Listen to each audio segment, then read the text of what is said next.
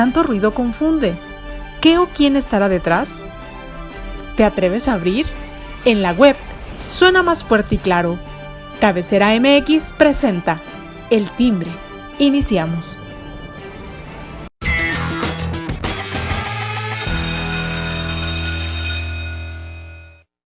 ¿Qué tal, amigos? Muy buen día, me da mucho gusto saludarlos. Ya estamos en viernes, ya fin de semana, a gusto y bueno, pero pues resguardados obviamente porque pues esta pandemia está haciendo estragos. Nada más y nada menos que el día de ayer se registraron 24,975 nuevos casos en el país con respecto a esta pandemia del COVID. No, yo no sé si es la segunda, tercera ola, la cuarta, no sé, o la misma desde el año pasado, pero bueno, 24,975, casi 25,000 contagios en un solo día es algo sumamente increíble. Y lo lamentable de todo esto es que pues está pegando en jóvenes que pues no han recibido la vacuna y eso ha sido un poquito más delicado. Pero bueno, vamos a entrar en tema. Antes, déjenme saludar a mis compañeras en este día que están aquí con nosotros. Saludo con mucho gusto a Luz Hernández. ¿Cómo estás, Luz? Hola, ¿qué tal? Muy buenos días. Con el gusto de saludarles y de compartir un timbre más con todos ustedes. Bienvenida, Luz. Qué gusto saludarte. Inma, ¿cómo estás? Inma Ramírez. Buenos días también a mis compañeras Luz, Eli y a todas y todas que nos andan viendo. Y feliz viernes. Feliz viernes, sí, ya es viernes. Eli Oropesa, ¿cómo te va? ¿Cómo estás? ¿Qué tal? Muy bien, feliz viernes también para ustedes. Pues bendito Dios, aquí estamos con salud, pero pues sí, preocupados por esta terrible situación en la que estamos con pandemia. Y es un gusto saludar a las compañeras, Beto, a todos también los que nos ven. Muchas gracias, gracias Eli, y qué bueno que están aquí. Y por si pues esto fuera poco, déjenme comentarle que pues también así por algo climático le voy a comentar, pues se acerca y se aproxima la tormenta tropical Linda en las costas de Colima y lo más probable es que empiece a subir hacia el norte por la costa del Pacífico. Si anda por allá, cuídese y tome sus debidas precauciones. Y bueno, pues vamos a los temas. El tema del día de hoy tenemos pues esta situación que pues viene el presidente, ¿no? De Macapulina, este tema de la presa, pero los habitantes de estas comunidades pues desean que vayan a las comunidades que van a ser afectadas por esta construcción de esta presa. Vamos al tema. ¿Qué opinan? ¿Cuál es la opinión de ustedes con respecto a esta visita? Inma, ¿qué nos dices? Pues sin lugar a dudas, creo que más que nada es una visita meramente política. Cabe destacar que como se ha venido suscitando desde el 2006, este proyecto ha sido más que de orden ambiental o de supuestamente abasto de agua para el área metropolitana de Guadalajara, pues tiene más que nada ciertas connotaciones que son de orden político y también de aprovechamiento particular para algún grupo de empresarios y de tomadores de decisión en la entidad, ¿no? Entonces, vamos, esto viene a revivar el debate sobre la famosa cortina, que primero se había tipificado que iba a ser 80 metros y ahora pues quieren condicionarla a 105 metros, que retoma el proyecto, el supuestamente proyecto original. ¿Por qué? Porque pues lo que quieren ya es concluir las obras. Cabe destacar también que se tienen juicios de amparo por parte de los pobladores que se han ejecutado desde el 2016, sin embargo, pues las autoridades en la materia todavía siguen construyendo, ¿no? Y esto implica pues que hay una erogación de recursos que se ha hecho bajo el margen de lo legal y que la visita del presidente pues debería de ser más que nada a los pobladores quienes se han estado organizando a través de diferentes organismos de la sociedad civil y con argumentos que sinceramente pues sí son de orden técnico, son también motivados por en su momento lo que ha declarado el INAH sobre la protección del patrimonio que hay en esas localidades, y que también pues pone ahora sí en tela de juicio el doble discurso que se ha mantenido por parte del gobierno del estado, ¿no? Para llegar a la gubernatura cabe destacar que se hizo declaraciones por parte del ahora gobernador, tengo entendido a finales del 2017, en donde se mantenía que no se iba a levantar la cortina, que incluso iba a haber una posible suspensión del proyecto. Y pues bueno, tal parece que ya cuando se asumió la gubernatura, pues las obras han seguido ejecutándose. Hay unos que señalan que va un avance de obra mayor al 90%, es decir, pues prácticamente concluida, y otros que señalan que pues todavía falta bastante por ejecutar, ¿no? Y pues bueno, también que creo es importante destacar que el supuesto presupuesto que enuncia el Ejecutivo, que nada más faltarían 3,000 millones de pesos, un poquito más, pues no precisamente es eso, ¿no? O sea, desde que ha iniciado las obras, esta presa ha significado un grande coste al erario público. Hay unos cálculos que la estiman arriba de los 20,000 millones de pesos. Entonces, es importante que sí se pongan las cartas sobre el asunto, que este tema no se vuelva a politizar y que el debate se lleve a lo meramente técnico. Si bien hay una necesidad de abastecimiento de agua para la población del área metropolitana y también para Guanajuato, pues no debe hacerse a costa de malestares sociales, ¿no? Y también aquí, pues podemos poner a discusión que, como bien les gustan a muchas autoridades comparar en otras latitudes y en otros países, pues mientras hay países que rescatan cuencas, las protegen y más que nada hacen procesos de saneamiento, pues aquí parece que todavía seguimos pues a la antigua, ¿no? Tratando de solventar estos problemas de abastecimiento de agua con obras faraónicas, que incluso en los estudios de factibilidad aún no han demostrado si en verdad van a solventar la demanda existente. Entonces, creo que todavía falta que esta situación se tome a conciencia y que pues ahora sí haya determinantes por los cuales si va a seguir la obra sea bajo estrictos términos técnicos y si se va a detener, que sea también bajo estrictos términos y que además pues se pondere el beneficio social sobre los posibles beneficios particulares que pudiera derivar de la misma. Pues estos habitantes de las comunidades de Temacapulín, Acacico y Palmarejo, pues son de las comunidades que se verán afectadas con la presa del Zapotillo, en lo que pues será que quedarán bajo el agua prácticamente y tendrán que ser reubicados, como ya lo dice Inma. Hay algunos amparos que habrá que ver cómo se resuelven y qué ocurre con todo esto. Pero bueno, sí, es cierto, coincido también con lo que dices que pues es una visita política y sobre todo pues respaldando, ¿no? Al gobernador del estado, sobre todo como que han hecho ya amigas y parece que van juntos en muchos proyectos, ¿no, Luz? Sí, pareciera que ya son amiguis. Fíjate que coincido con Inma en el aspecto de que este proyecto se ha politizado mucho cuando deberían de hacerse los ajustes para evitar inundar estos tres pueblos, que es, como ya los comentaste tú, Temacapulín, Acacico y Palmarejo.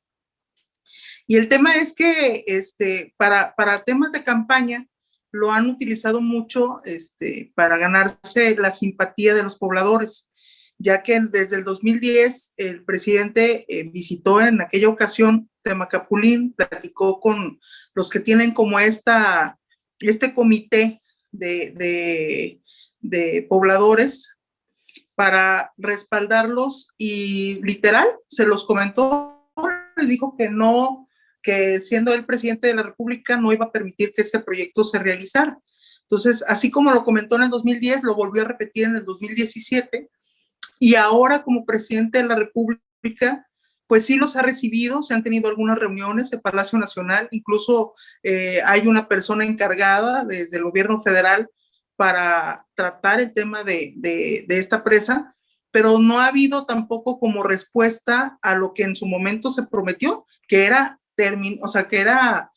parar el proyecto, no continuarlo. Sin embargo, ahora el discurso cambia, ¿no? Ya están como a favor de que se realice la presa o que se concluya el proyecto y ver de qué manera no afectan a estos pobladores. Que insisto, que eso a lo mejor con un ajuste técnico pues quedaría, pero lo han politizado mucho y pues eso yo creo que es lo que tiene muy molestos a estos pobladores. Ahora, la visita no la va a hacer en Temacapulín, quiere realizarla en el Zapotillo. Entonces la ven como incluso una falta de respeto de que si la intención es de alguna manera ver cómo se les ayuda o que no se vean afectados, pues ¿por qué se van a ir a reunir donde está realizándose el proyecto? Entonces debes de visitar la población y platicar con ellos. Pero bueno, como sabemos, la falta de sensibilidad es como el pan de cada día de este gobierno. Sí, pues el día de mañana, sábado, es cuando nos daremos cuenta en qué plan viene el presidente, ¿no? Ya lo dijiste, la reunión se llevará está programada para realizarse en Yahualica, más no como lo piden los pobladores. Dicen que el tema debe de tratarse en el lugar de donde se puedan ver afectadas estas comunidades. Y veremos la capacidad de negociación que tenga o de conciliación que pueda traer el presidente, y ya veremos qué nos dice el próximo sábado. Pero antes escuchemos la opinión de Eli. Por favor, Eli.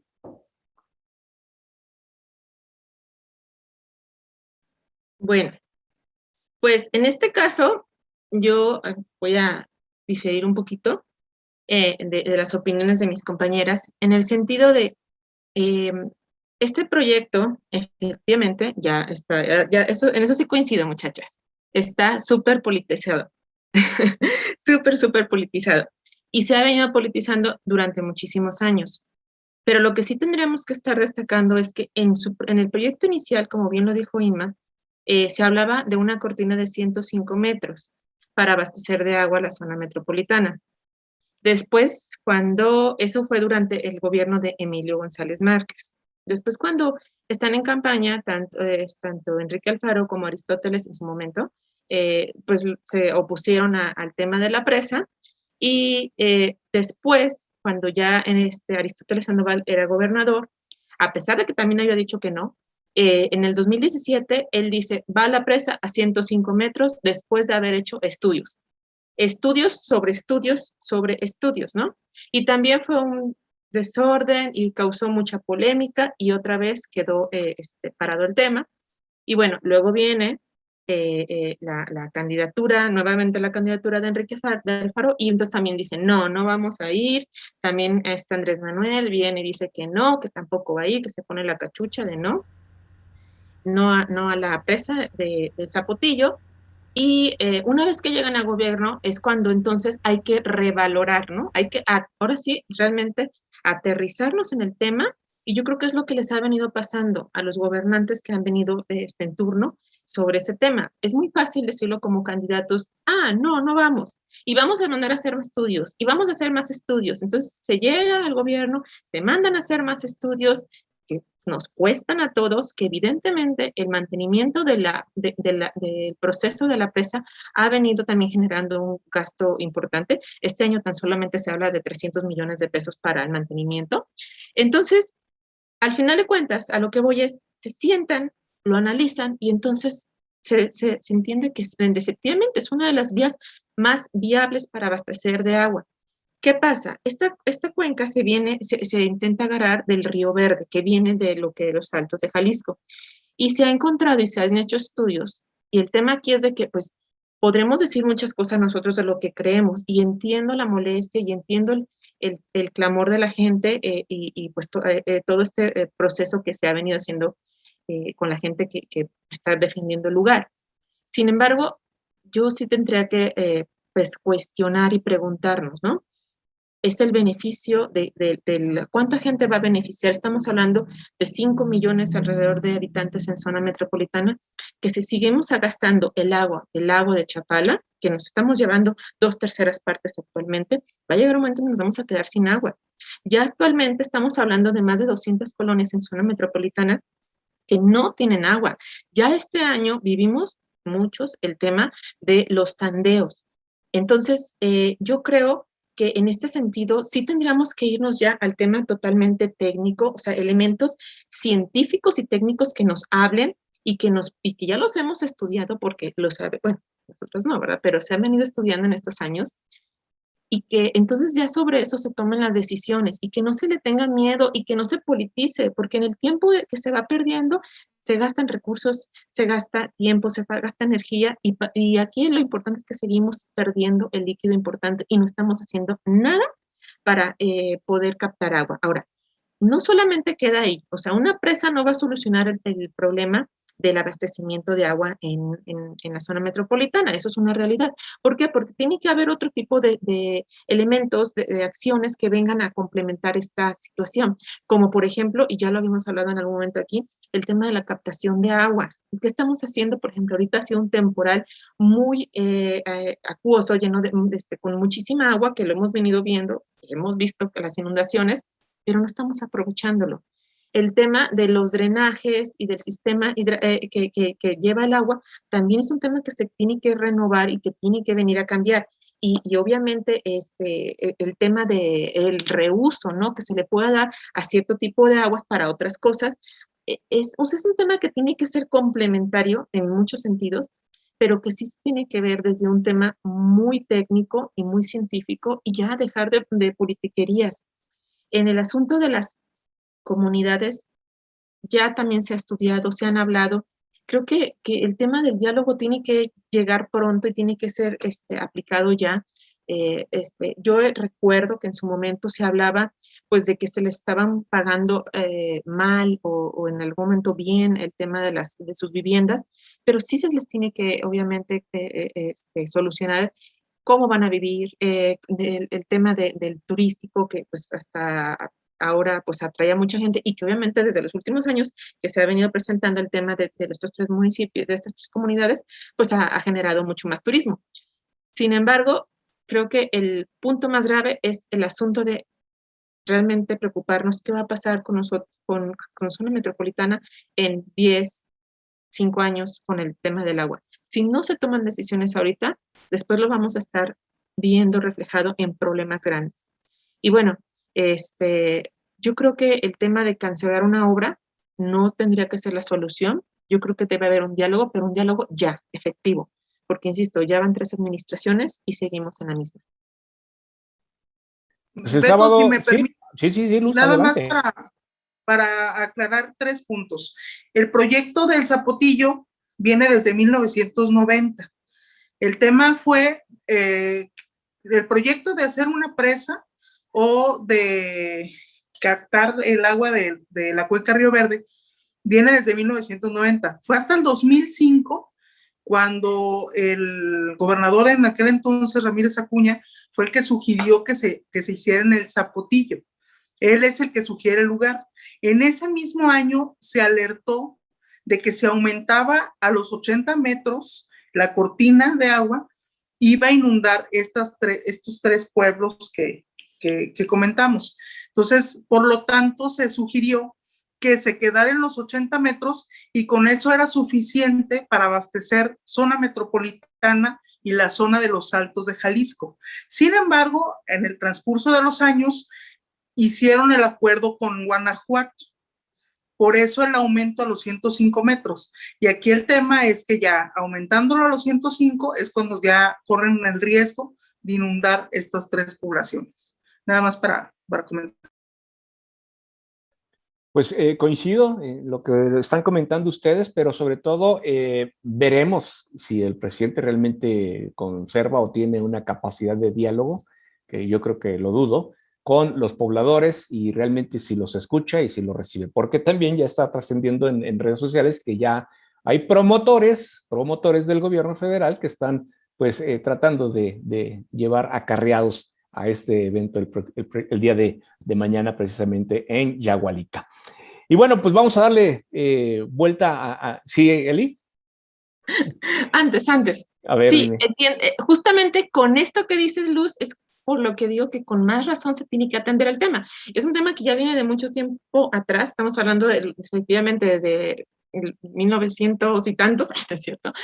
Pero sí el tema incluso de que ha cambiado, ¿no? O sea, la posición, porque en un principio era arcediano, con Paco Ramírez Acuña era el tema de arcediano, y entonces se cancela en el 2009 cuando se ve que no estaba lo suficientemente fuerte el cerro o algo así, o el tema de la que iba a sostener el agua. Entonces es cuando se le busca otro lugar, y entonces se encuentra que es acá en Temaca. Y pues sí, el tema de la negociación con Guanajuato, que al final de cuentas a mí me parece muy egoísta, siempre lo he pensado así, el pensar que el agua, porque hacemos la presa, el agua tiene que ser solo de nosotros. Finalmente el agua es de todos, es líquido y pasa por los ríos y por todos lados.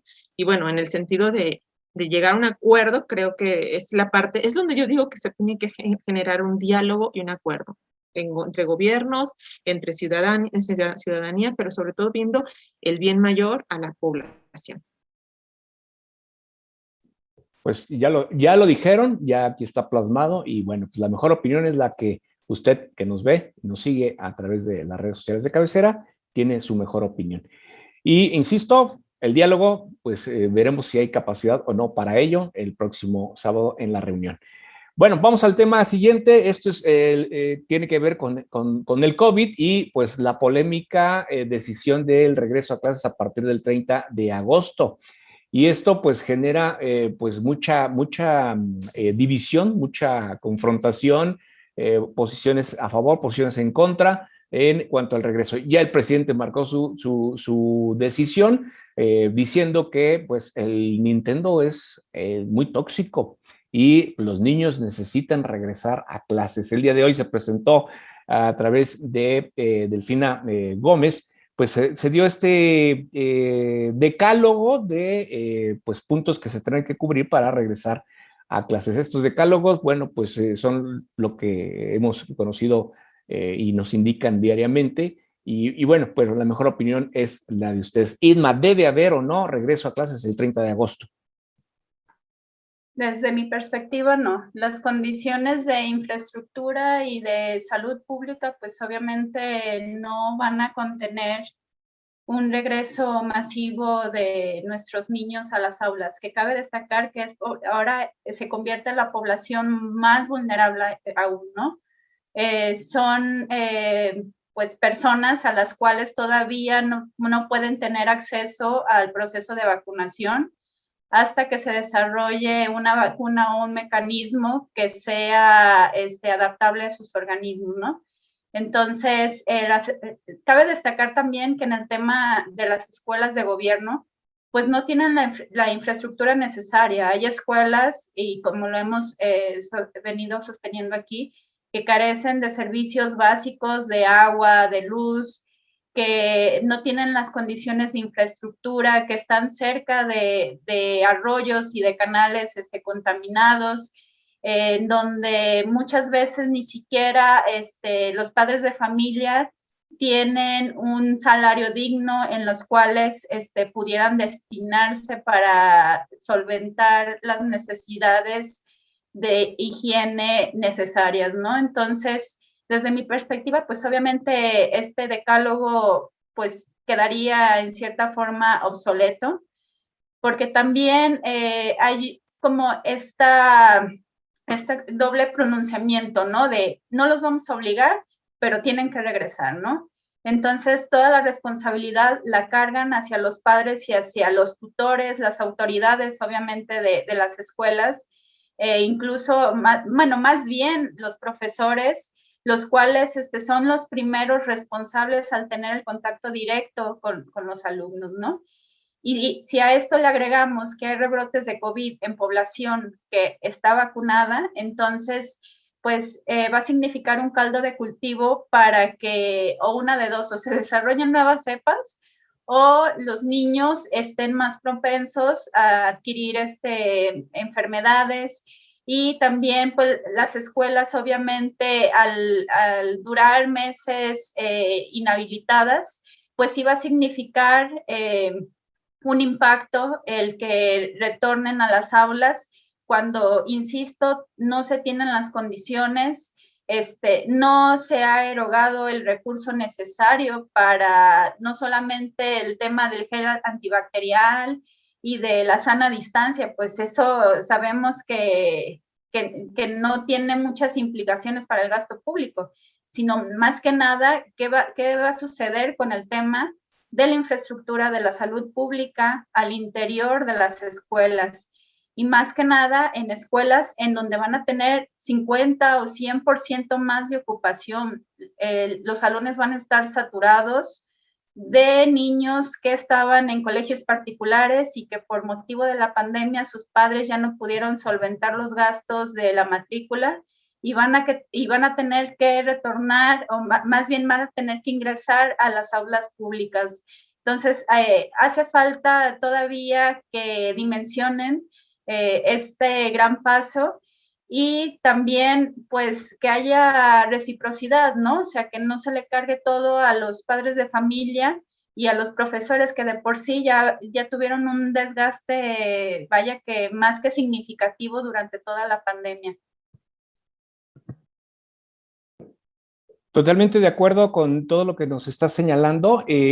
Bueno, también lo que ha sido factor determinante es el vandalismo que han sufrido las escuelas, sobre todo en el orden de primarias y secundarias, que han sido pues violentadas, ¿no? Y realmente dañadas, y también eso implica alguna situación a consideración. Luz, te escuchamos. Sí, gracias. Pues coincido nuevamente con Inma en lo que comenta, porque como tú comentaste al principio del programa, pues el incremento en contagios COVID ha sido extraordinario. Llegamos a una cifra que en todo lo que va de la pandemia no habíamos llegado. Entonces, ¿cómo es posible que ante este nivel de contagios sea inminente el regreso a clases el 30 de agosto? Y otro de los factores que están sucediendo en estos últimos días es que la mayoría de la población que se está enfermando, pues son menores de 18 años, incluso niños y bebés. Entonces, pues esta situación, pues sí nos tiene que poner en alerta, porque no puede ser posible que si esta es la población que más contagios o que se está empezando a contagiar, pues sean los que ya vayan a tener más convivencia en un aula o en salones de clases. Entonces, yo sí considero que se me hace como muy prematuro el regreso a clases presenciales. Sí deberían de revisarlo todavía un poquito más, aunque ya la Secretaría de Educación Pública dijo el día de ayer que es inminente el regreso a clases, sí o sí, se va a llevar a cabo el día 30 de agosto. Y una de las tantas medidas, o de las 10 medidas que comentó en la mañanera, pues es que va a haber una carta compromiso de corresponsabilidad, o sea, entre padres de familia y las autoridades escolares. Van a tener que hacer como comités en cada una de las escuelas para que se lleven a cabo estrictamente los protocolos de limpieza. Digo, esa parte está bien. Sin embargo, es que la población sigue en riesgo, porque si son menores de edad los que ahorita actualmente se están empezando a contagiar y son los que hasta el momento no van a ser vacunados, entonces, ¿cómo es posible pensar en que se reúnan en grupos? Pues esto se va a salir totalmente de control, incluso si ya estamos ahorita fuera de control, pues con el regreso a clases presenciales va a aumentar mucho más. Y la otra es que están arriesgando a todo el personal docente. aunque ya están vacunados, pues sabemos que la vacuna no te hace inmune. Quizás te ayude en no tener síntomas ya muy graves o incluso que no llegues hasta la muerte, pero aún así no eres inmune. Entonces va a empezar el montón de gente, bueno, los niños a empezar a faltar a clases, los docentes van a empezar a faltar, incluso va a estar, yo creo, que el montón de incapacidades ante la Secretaría de Educación Pública por esta situación. Entonces, yo sí creo que deberían de revisarlo todavía mucho más y no exponer tanto a la población como se pretende a partir del 30 de agosto. Esperemos no salga contraproducente todo esto que están previendo. Y bueno, pero también hay que reiterar que según se dijo, se respetará la decisión de los padres de familia que no deseen llevar a sus hijos, pues bueno, se respetará esa situación. Ellos serán, pues ahora sí, responsables de, pues ahora sí, de la preparación, instrucción y de, bueno, de todo el desarrollo educativo. Sí. Antes de que pases con él, perdón, pero aquí en lo que comentas, Beto, es que hay un tema que sí se tiene que revisar todavía mucho más, porque si le dan la opción al padre de familia de no enviar a sus hijos a la escuela, tampoco hay una estrategia para continuar las clases en línea. O sea, esa es la parte que también se debería de revisar. Es que ese es el problema, ese es el asunto, que se tiene que comprometer el padre de familia, que si no manda a su hijo, tendrá que prever todo lo necesario para que su hijo, y él será copartícipe del desarrollo académico del mismo. Eli, escuchamos tu opinión. Pues qué cómodo, ¿no? La postura del gobierno federal y de alguna manera también al gobierno estatal.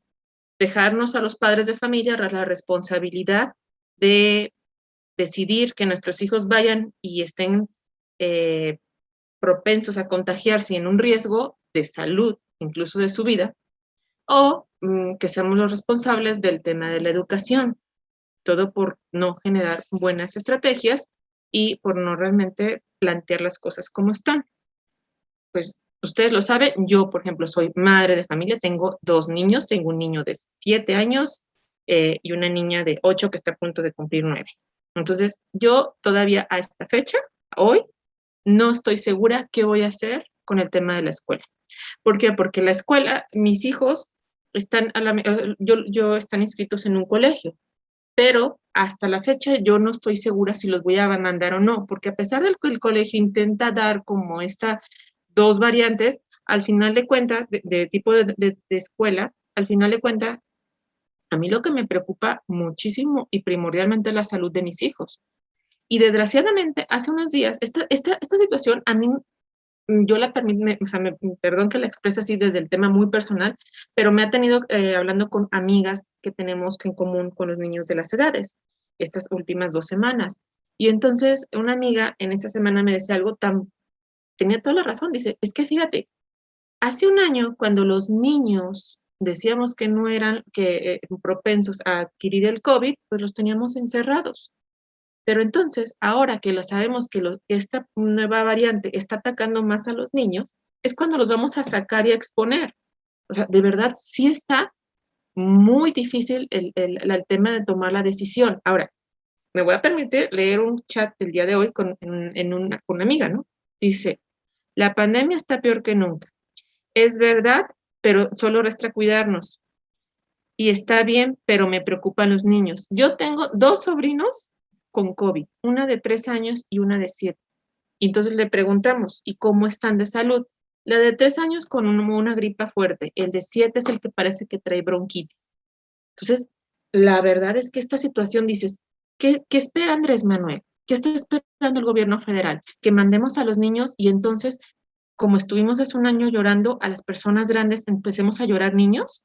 Esa es una responsabilidad que está muy fácil para ellos lanzarnos a nosotros los padres y decirnos, entonces, si no, tú hazte cargo de la educación. Sí, pero también tenemos que salir a trabajar, también tenemos que hacer otras actividades para traerles a los niños esto. Entonces, la verdad, me parece que el gobierno federal y el gobierno estatal están cometiendo un grave error. Ya lo dijeron al principio del programa, estamos en el pico de toda la pandemia desde hace año y medio con el nivel más alto de contagios por día. y entonces estamos a 20 días de mandar a los niños a la escuela. Eso es una total aberración. Ahorita los padres de familia tenemos miedo, estamos angustiados y bueno, estamos hablando desde una parte, bueno, yo hablo en mi posición de una parte como quien puede decirlo fácil, cómoda, ¿no? Porque yo, o sea, pero hay personas que tienen que mandar a sus hijos a la escuela pública donde efectivamente no hay agua, no hay las condiciones y entonces todo lo dejan en un decálogo para que padres de familia y maestros se hagan responsables de la salud y de la vida de ellos y de los niños. Qué cosa tan cómoda, qué nefasta situación y qué manera tan ilógica de no poder gobernar y no tomar decisiones de verdad con la sociedad. Esto de verdad está de pena, está de mucho miedo y es una preocupación alarmante porque también ya como lo dijo Luz, los niños son los que ahorita no están siendo vacunados. Entonces está peor. Y bueno, estamos con la variante Delta asustados y hace 3, 4 días hay una nueva variante Lambda, creo que es de Perú y está peor. Entonces, no, definitivamente es una situación que deberemos exigir como padres de familia, que se atiendan y que se dejen de politiquerías, porque el gobernador también no deja de politizar este tema, peleándose con la Universidad de Guadalajara, y no, si van a la escuela, igual que Andrés Manuel, sí, si van. Mientras nosotros los padres de familia, a ver cómo le hacemos. Pues es un tema muy, muy complicado, pues de mucho conflicto, ¿no? Que genera mucha contradicción, mucha polémica sobre todo. Si en Estados Unidos, donde la gran mayoría de la población ya está debidamente vacunada a partir de los adolescentes, de los 12 años en adelante, ya están prácticamente vacunados, está generando polémica el regreso a clases, ahora aquí en donde pues la vacunación va lenta y más lenta, y que por cierto, por ahí escuché que Jalisco era de los estados que más lentos iban en el proceso de vacunación. Entonces, híjole, hay que seguirnos cuidando definitivamente porque pues, no podemos ponernos en riesgo ni nosotros ni los nuestros. Así es de que cuidémonos todos. Yo les agradezco como cada viernes, Inma, gracias, Luz, Eli, gracias por estar en este día aquí conmigo y pues yo les espero, acuérdense, el próximo lunes en Más del Timbre. Que tengan un excelente fin de semana y a seguirnos cuidando y use su cubrebocas, por favor. Hasta entonces.